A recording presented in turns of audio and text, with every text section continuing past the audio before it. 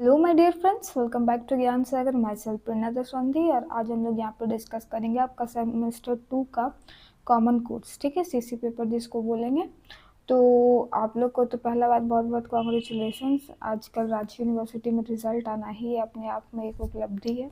Okay. और एक update है कि आप क्या करोगे ना कि सेमेस्टर सेमेस्टर नहीं, पीजी, ठीक है, पीजी का एडमिशन स्टार्ट हो गया है। फॉर्म मतलब आया हुआ है। तो आपके अगर भाई बहन होंगे तो आप लोग उनको इन्फॉर्म कर दीजिएगा, ठीक है। चलिए इस पेपर के बारे में जानते हैं।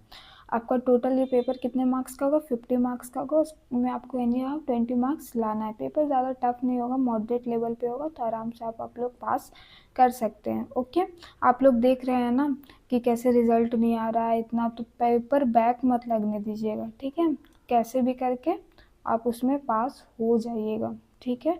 अपने थोड़ा सा पढ़ के ही जाना है, थोड़ा सा मेहनत करके जाना है। ऐसे तो ग्रेजुएशन का बच्चे साल भर पढ़ता नहीं है, जब एग्ज़ाम आता है तभी पढ़ता है। तो एटलीस्ट जब एग्ज़ाम में आप 2 दिन पढ़ रहे हो तो अच्छे से पढ़ना है। ओके, पेपर बैक नहीं लगने देना है, ये बहुत इंपॉर्टेंट बात है। चलिए तो हम लोग आते हैं, पहले क्या करेंगे, सिलेबस को समझेंगे, ठीक है। सिलेबस को समझने के बाद इसमें टोटल आपका समझिए हमारे पास 5 पीवाईक्यू है। 5 पीवाईक्यू कैसे है कि ये पेपर 3 सेट में होता है, ABC, ठीक है, 3 सेट में होता है। उसमें से हमारे पास 5 अवेलेबल है। तो उसको हम लोग यहाँ पे डिस्कस करेंगे ताकि आप लोगों को पता चल जाए कि कैसा क्वेश्चन आ रहा है, कैसा क्वेश्चन नहीं आ रहा है। ओके। तो अभी हम लोग चलिए सिलेबस को फिलहाल डिस्कस करते हैं, उसके बाद एक पीवाईक्यू का सेट करेंगे, फिर नेक्स्ट वीडियो में दूसरा पीवाईक्यू करेंगे। ओके, मैं वीडियो को ऑफ करती हूँ और आपको सिलेबस को थोड़ा बताती हूँ कि इसमें आपको क्या करना है, ठीक है। तो देखिए आपका यहाँ पे पेपर का क्या नाम है, तो AEC 2 language and communication skill, ठीक है।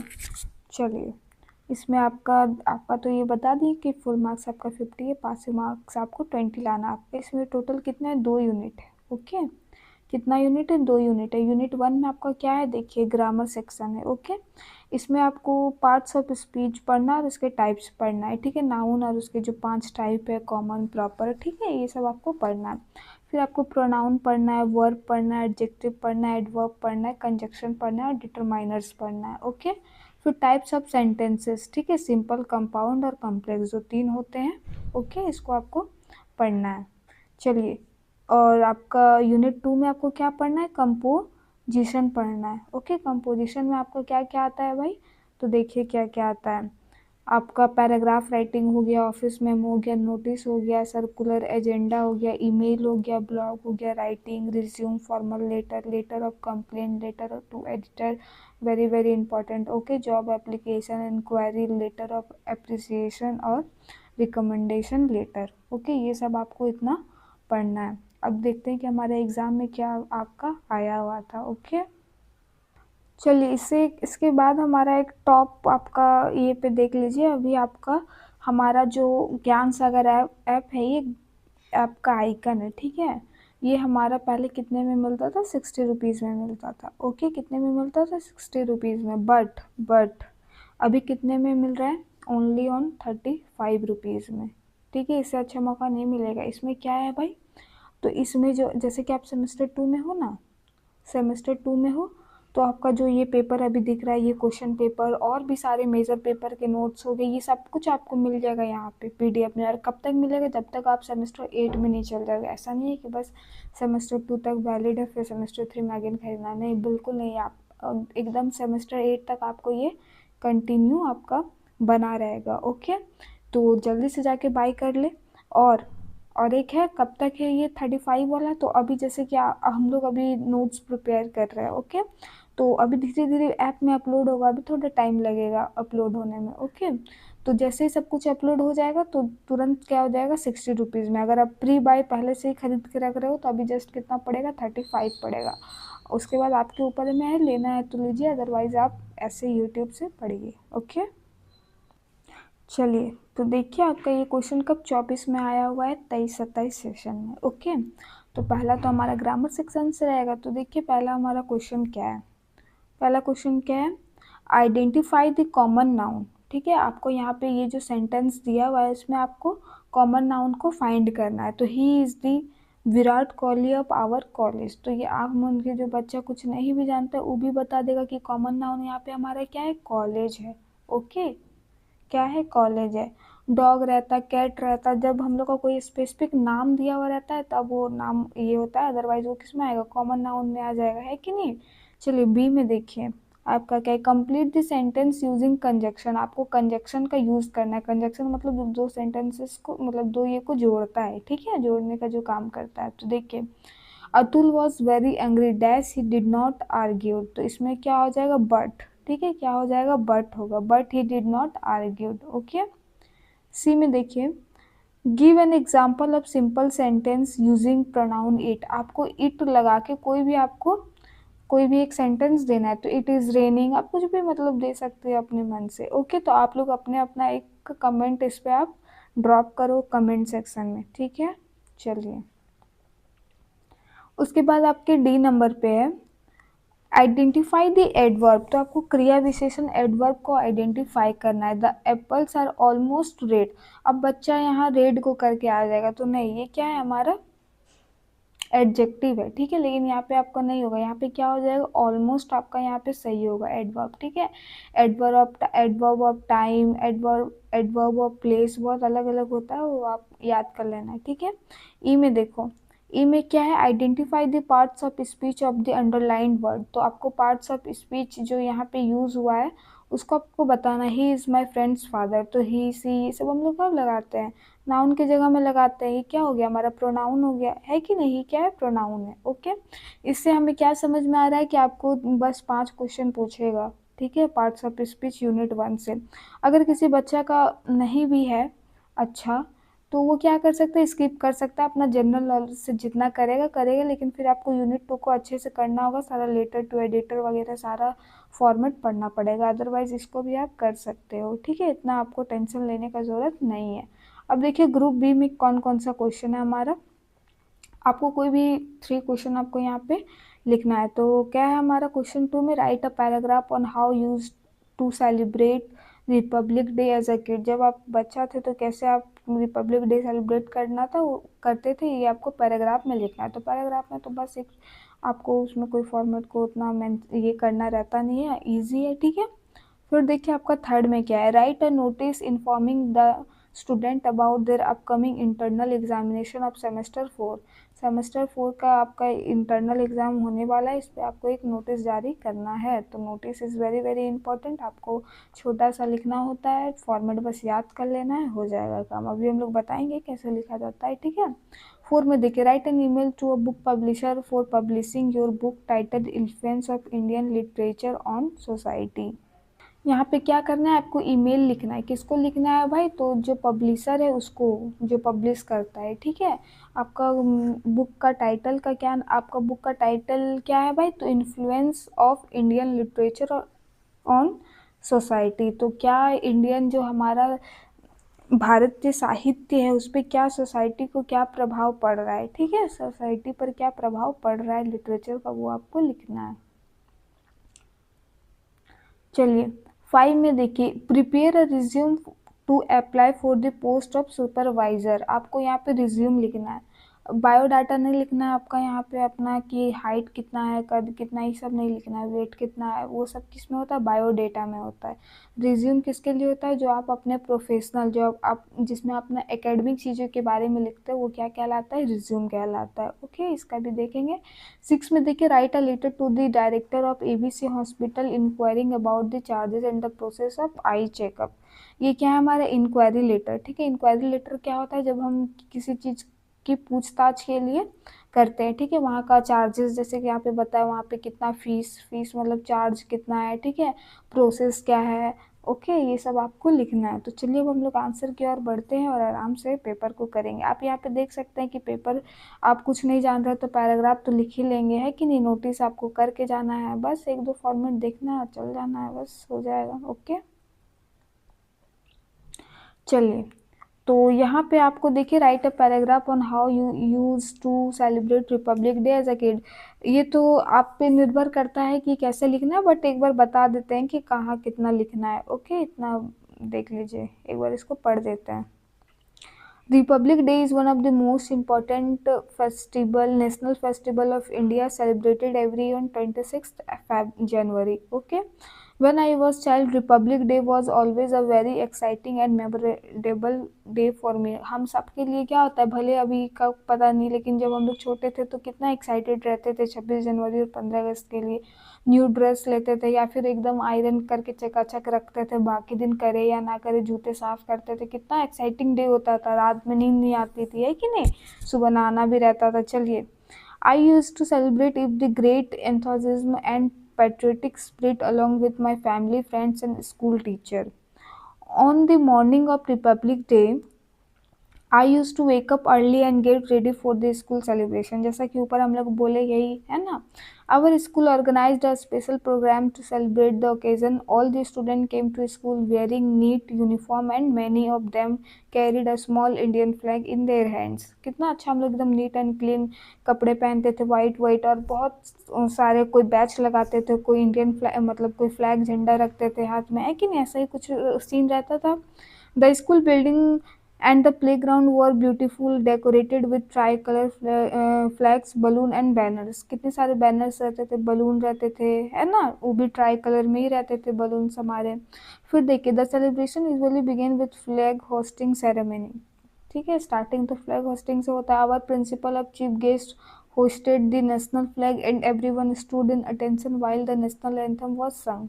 It was always a proud moment to see the Indian flag waving in the air. सबके लिए प्राउड का बात होता है जब हमारा क्या लहराता है ना, झंडा हवा में। After the flag hosting, the principal delivered a speech explaining the importance of Republic Day and the values of Constitution. क्या हमारे राइट्स है कि नहीं, क्या हमारे नॉट ओनली राइट्स, क्या हमारे ड्यूटीज़ है, क्या हमारी रिस्पॉन्सिबिलिटी है, we should also know this, है कि नहीं। After the formal ceremony many culture program were organize, student perform patriotic song, dances, speeches and skits, ठीक है, about freedom fighter and national unity. This performance made the celebration lively and meaningful. Sometimes competitions such as drawing, essay writing and prizes were also organized. Okay. बहुत सारे बच्चे dance में भाग लेते थे, कोई गाना पे लेते थे, कोई हमारे स्कूल में क्या उसको तो बोलते थे जो ड्रम व्रम बजाते थे, ठीक है, कमेंट करना, हम भूल गए, वो होता था। ओके, ये सब कितना एकदम दिल खुश करने वाला रहता था, है कि नहीं। हर तरफ एकदम एनर्जी ही एनर्जी, जिसको देखो। कुछ एक्स्ट्रा पैसे भी हम लोग ऐसे तो लेके नहीं जाते थे, लेकिन उस टाइम हम लोग को 20-30-40 रुपया मिल जाता था कुछ खाने पीने के लिए, है ना। चलिए, at the end of the program sweets were distributed among all the student. We enjoyed in eating sweets and spending time with our friends. Later in a day, I used to watch the Republic Day parade on television with my family. उसके बाद घर आने के बाद क्या आप लोग देखते थे, जो टेलीविज़न पे चलता था, है ना, जो किला पे होता है। The parade was displayed the strength of the Indian Army, culture diversity of different state, achievements of the country.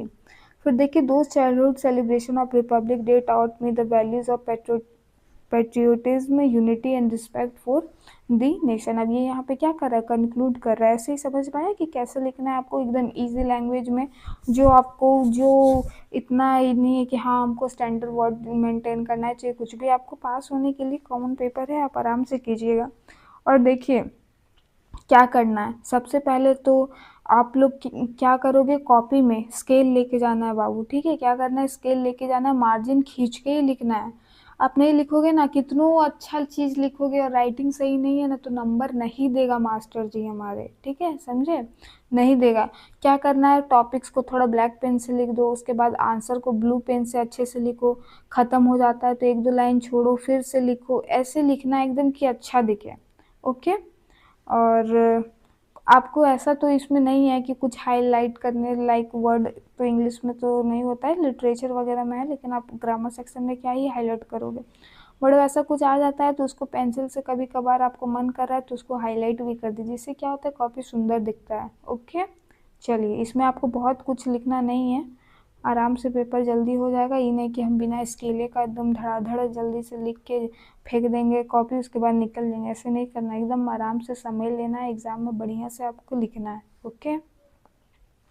Third में देखिए, write a notice informing the student about their upcoming internal examination of the semester 4। तो ये आपको notice का है, तो देखिए notice का ये क्या है, यहाँ पे साइड में लिखा है, आप बीच में भी लिख सकते हो। ओके, फिर आपको पहले नोटिस फिर डेट देना है, ठीक है, डेट देना है। उसके बाद देखिए इतना बड़ा आपको नोटिस नहीं लिखना है, छोटा करके लिखना है। ओके, लेकिन इसमें क्या लिखा है उसको भी देख लेते हैं।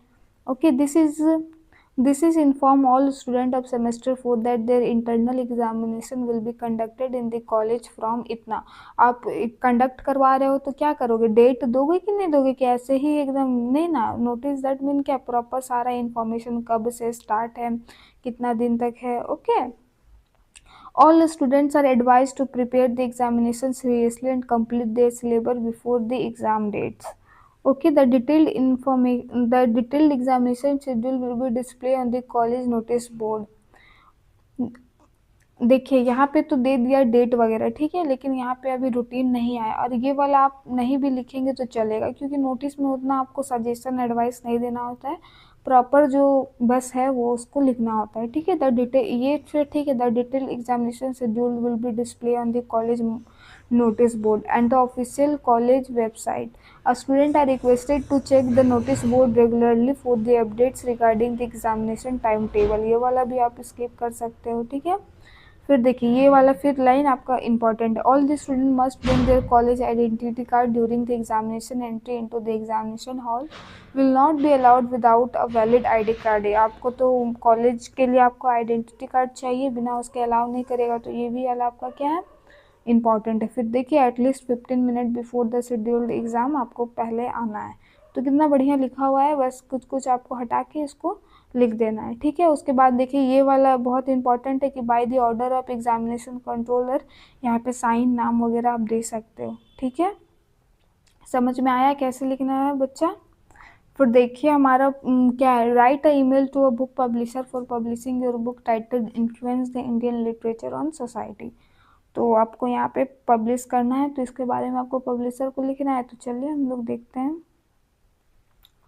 देखिए तो आपका सब्जेक्ट है requesting for publishing my book. Okay, फिर डियर सर मैडम आपको लगाना है। फिर देखिए क्या है, I hope this message find you well, I am writing this email to request your estimate publishing house to consider publishing my book title इतना। पहले तो आपको रिक्वेस्ट करना है कि आपको आपका ये पब्लिशिंग हाउस से क्या करना है, मेरा पब्लिश कीजिए बुक का आपको टाइटल दे देना। उसके बाद देखिए आपको बताना पड़ेगा कि इस बुक में क्या है, ठीक है, इसका वैल्यूज़ क्या है, इसका मोरल क्या है, ये सब आपको बताना पड़ेगा। तो देखिए यहाँ पे बताया हुआ है,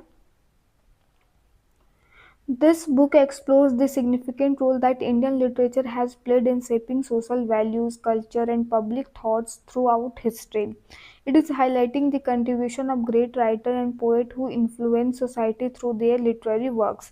जैसे कि है ना कलम का सिपाही, मतलब क्या है, प्रेमचंद जी का है। तो हर कोई बॉर्डर पे नहीं लड़ता है, बट अंदर भी, मतलब बॉर्डर के अंदर भी रह के बहुत कोई क्या करते हैं, अपने कलम से ही, जो हमारे राइटर्स होते हैं वो क्या करते हैं, कलम की ही लड़ाई लड़ते हैं, है ना।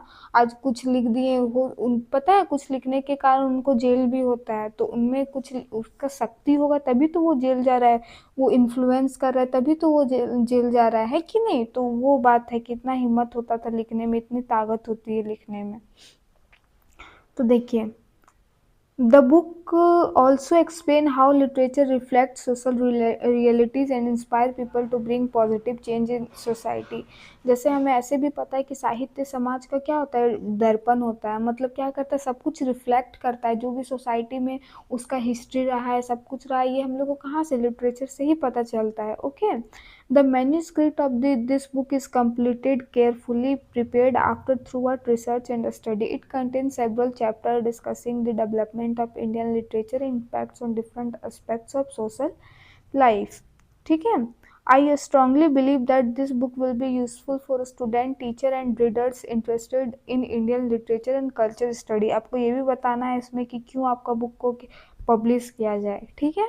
I would be grateful if your publishing house could review the manuscript and consider it for publication. I am confident that your organization's reputation and experience in publishing academic and literary work will help in presenting the book effectively to readers. Okay, please let me know the procedure and requirements for submitting the manuscript for evaluation। I will be happy for provide the manuscript and my additional information you may need. Thank you for your time and consideration. I look forward to your positive response. आपको ये भी उनका response के लिए भी आपको last में थोड़ा सा लिख देना है, ठीक है। फिर योर सिंसियरली हमारे प्यारे ज्ञान सागर सर का नाम है यहाँ पे, फिर ईमेल आईडी और फ़ोन नंबर, ठीक है। चलिए, फिर आपको यहाँ पे क्या करना है, एक रिज्यूम प्रिपेयर करना है, ओके। पोस्ट के लिए क्या, सुपरवाइजर के लिए। तो देखिए, सबसे पहले आपको यहाँ पे name Sagar Kumar Sahu, address, email, ठीक है। उसके बाद देखिए करियर ऑब्जेक्टिव, आप इसको बहुत अच्छा से आप अपने हिसाब से कर सकते हो, ठीक है। और हो सकता है आप कॉलम बना के, रो बना के, जैसे आपको ये लगे, ठीक है। यहाँ पे ये करके फिर एकेडमिक का यहाँ पे दे के, फिर ऑब्जेक्टिव दे देना है, स्किल दे देना है, ठीक है। आपका एक्सपीरियंस दे देना है, जैसा आपको ठीक लगे आप आराम से कर सकते हो, ओके। यहाँ पे ये करियर ऑब्जेक्टिव लिखे हैं कि क्या है, to obtain a position of supervisor in a reputed organization where I can utilize my leadership skill.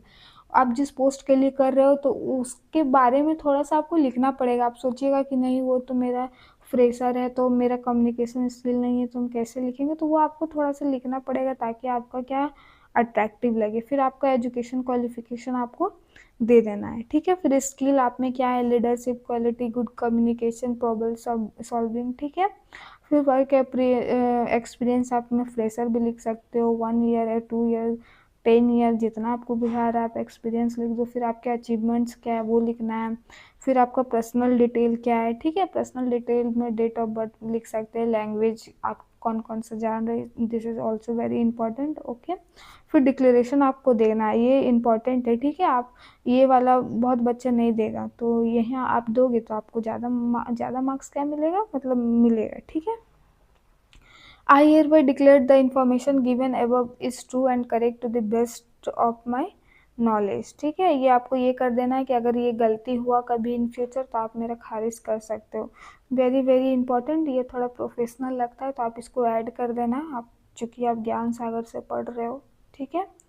फिर आपको यहाँ पे देखिए write a letter to the director of ABC hospital, inquiry of letter लिखना है। तो देखिए फ्रॉम इतना आपको अपना एड्रेस वगैरह डालना है, डेट डालना है, फिर टू किसको लिख रहे हो वो डालो, सब्जेक्ट डालो, फिर डियर सर मैम लिख के फिर देख लीजिए, एक बार हम लोग पढ़ लेते हैं। I hope you are doing well, I am writing this letter to inquire about the charges and the procedure for an I contact, ठीक है, प्रोसेस, ठीक है।